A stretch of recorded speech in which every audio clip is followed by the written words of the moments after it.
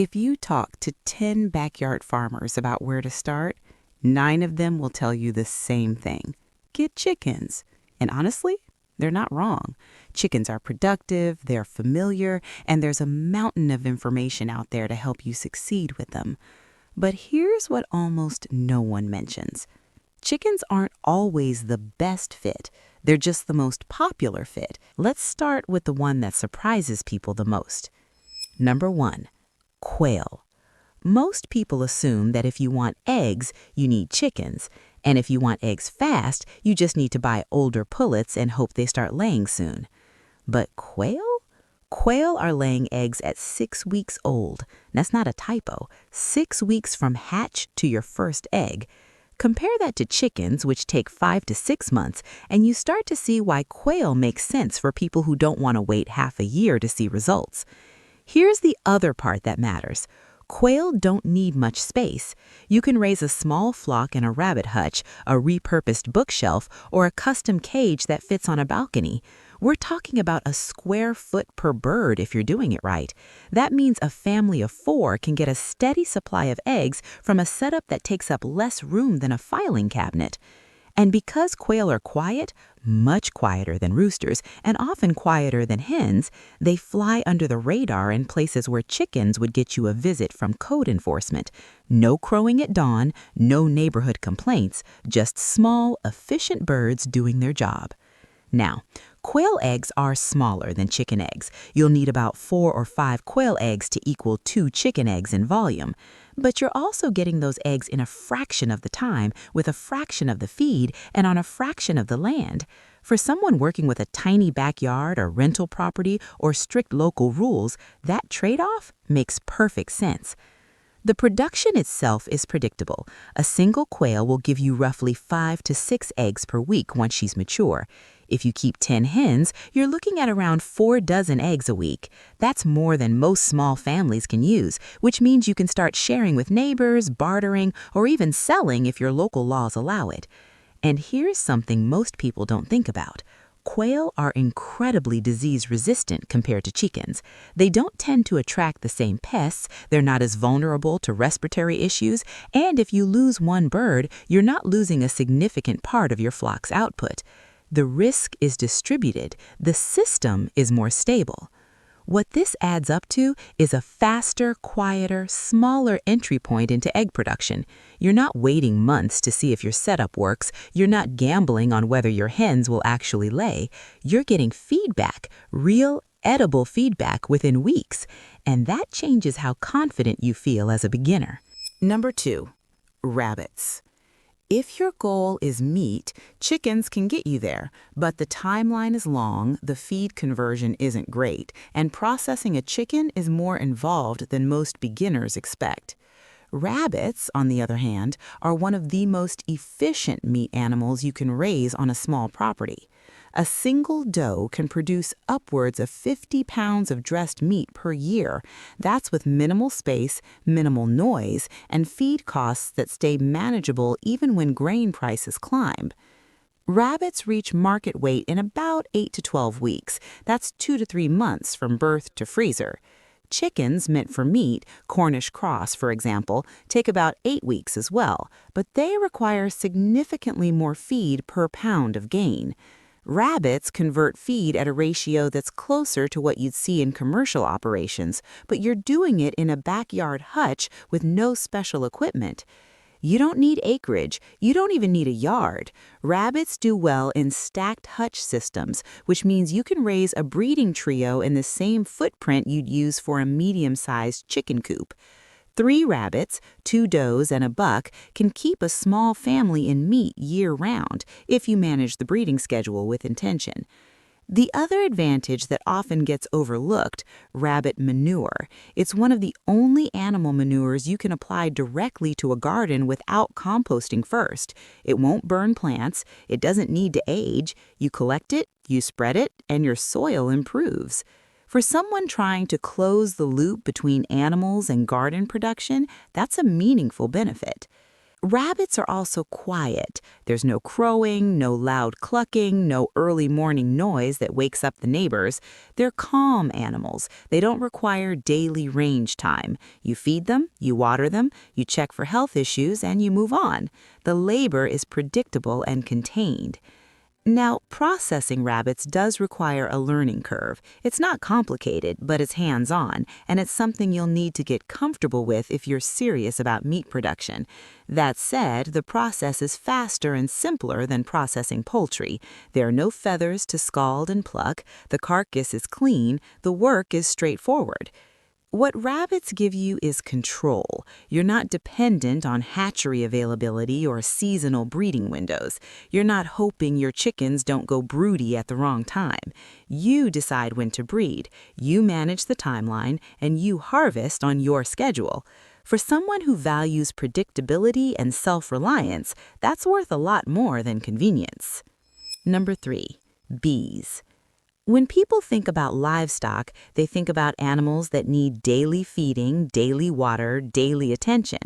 Bees don't fit that pattern, and that's exactly why they work for people who don't have an hour every morning to dedicate to farm chores. A healthy hive, once established, largely takes care of itself.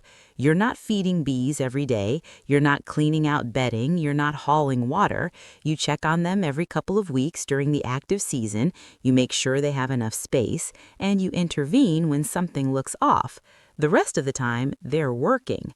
And the output is significant. A strong hive can produce anywhere from 30 to 60 pounds of honey in a good year.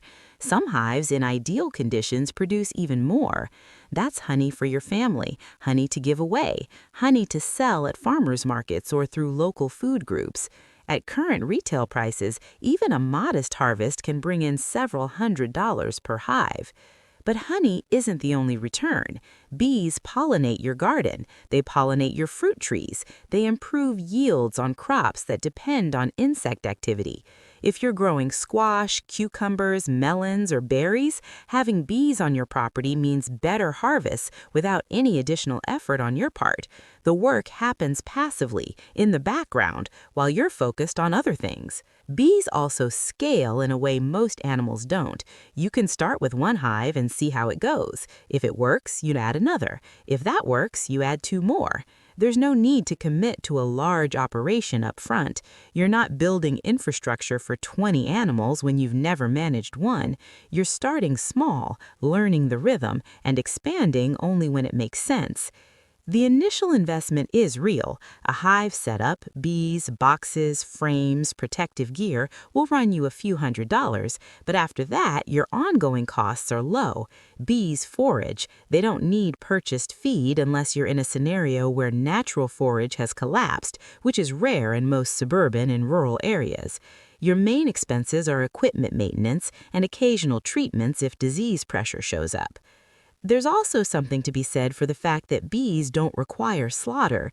If you're uneasy about processing animals, or you're raising food with kids who aren't ready for that reality yet, bees offer productivity without that emotional or logistical hurdle. You're harvesting a surplus, you're not ending a life. What bees provide is leverage. You're getting food, you're getting potential income, and you're getting ecological benefits that improve everything else you're growing, all from an animal that requires less hands-on time than any other option on this list. For someone with limited hours and a desire to maximize output per unit of effort, that's hard to beat. Number 4, ducks. Ducks get dismissed pretty quickly in most beginner advice. People assume they're messy, they assume they need a pond, and they assume eggs are the only reason to keep them. All 3 assumptions miss the bigger picture. Ducks are phenomenal layers. Depending on the breed, a good laying duck will give you between 250 and 320 eggs per year. That's on par with high-performing chicken breeds, and in some cases, it's better. The eggs themselves are larger, richer, and prized by bakers for their fat content and texture. If you're selling eggs locally, duck eggs often command a premium simply because fewer people raise them. But the real advantage of ducks shows up in how they interact with your land. Ducks are active foragers. They eat slugs, snails, beetles, and other garden pests that chickens often ignore. If you got a wet climate or a yard that stays damp and attracts insects, ducks turn that problem into productivity. They're cleaning up pests while simultaneously fertilizing your soil and producing eggs. That's three benefits from one animal with no additional input from you. Ducks also handle weather that shuts chickens down. They're cold hardy. They're comfortable in rain. They don't mind mud. If you're in the Pacific Northwest, the Midwest, or anywhere that sees significant moisture, ducks are going to outperform chickens simply because they're built for those conditions. They keep laying when chickens slow down. They stay healthy when chickens start showing stress. You don't need a pond. It's a misconception that stops a lot of people. Ducks appreciate water for bathing and mating, but a kiddie pool, a large basin, or even a deep dish that you refill daily is enough. They'll be happy, they'll stay clean, and you won't be maintaining a full pond setup just to keep a few birds. Housing ducks is simpler than housing chickens in some ways. They don't roost, so you don't need elevated perches or complex coop interiors. They bed down on the ground. You give them a sheltered area with dry bedding, good ventilation, and protection from predators, and they're set. The setup is straightforward. Ducks are also calmer than chickens in many situations. They don't go broody as often, which means more consistent laying. They don't scratch up your garden beds the way chickens do. They move through your yard without destroying everything in their path. If you're trying to integrate animals into an existing landscape, ducks are easier to manage. The one thing ducks require more of is water management. They're going to spill water. They're going to make mud near their waterers. You'll need to design around that, either by using spill-proof setups, rotating their access to different areas, or accepting that certain spots will stay wet. It's not a deal breaker, but it's something to plan for. What ducks offer is resilience. They produce in conditions that slow other animals down. They contribute to pest control and soil health without extra work. And they give you a product, duck eggs, that's both useful at home and marketable if you decide to go that route. For someone dealing with rain, mud, or bugs, ducks solve problems chickens don't.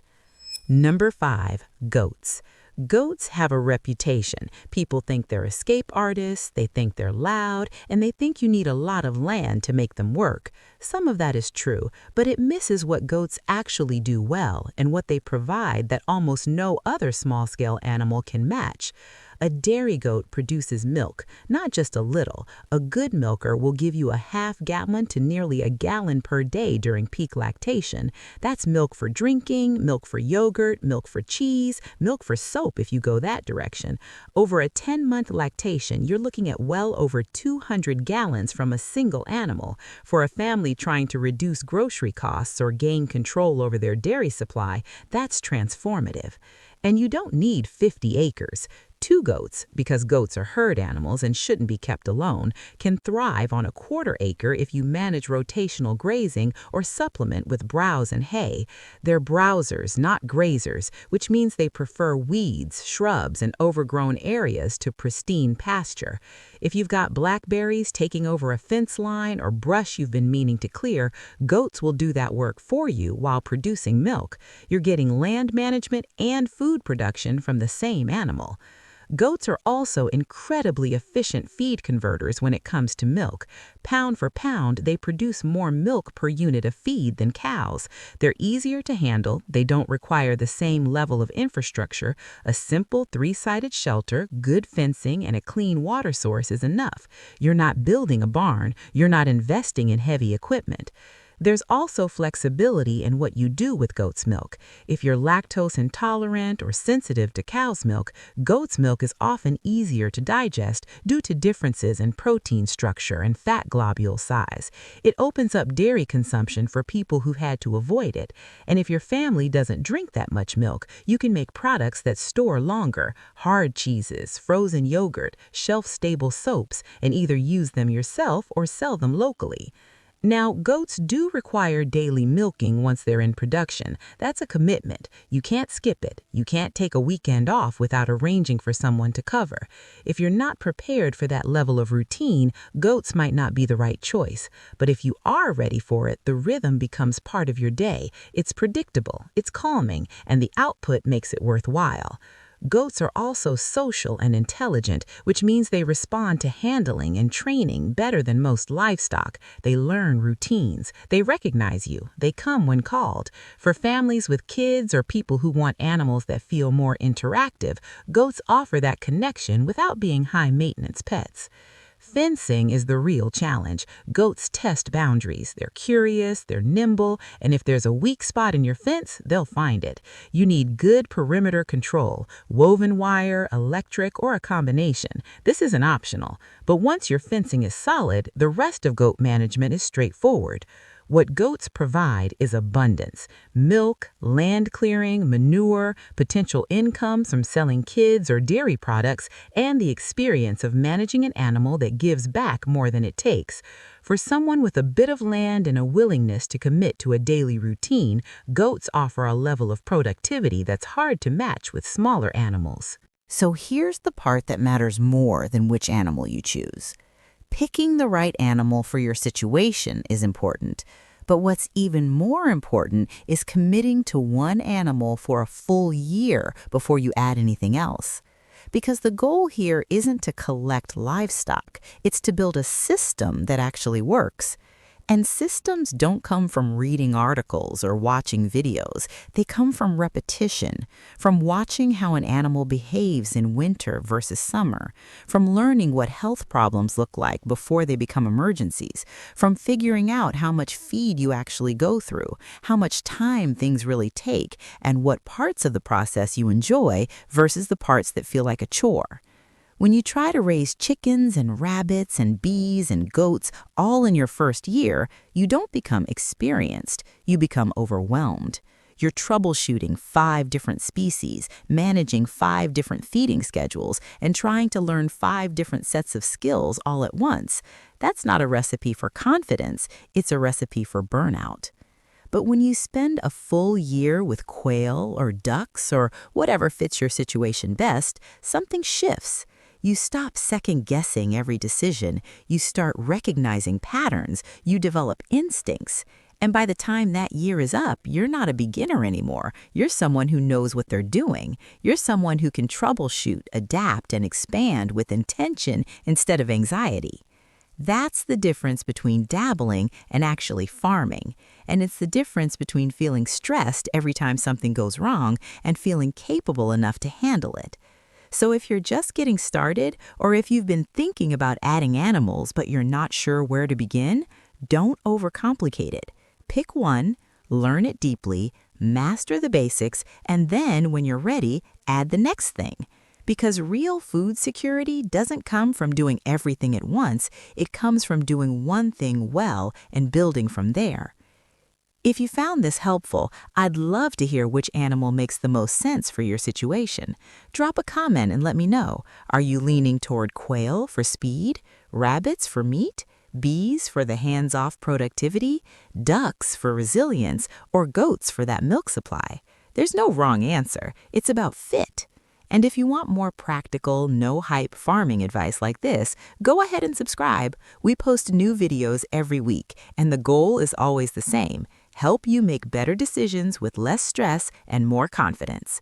Thanks for watching. I'll see you in the next one.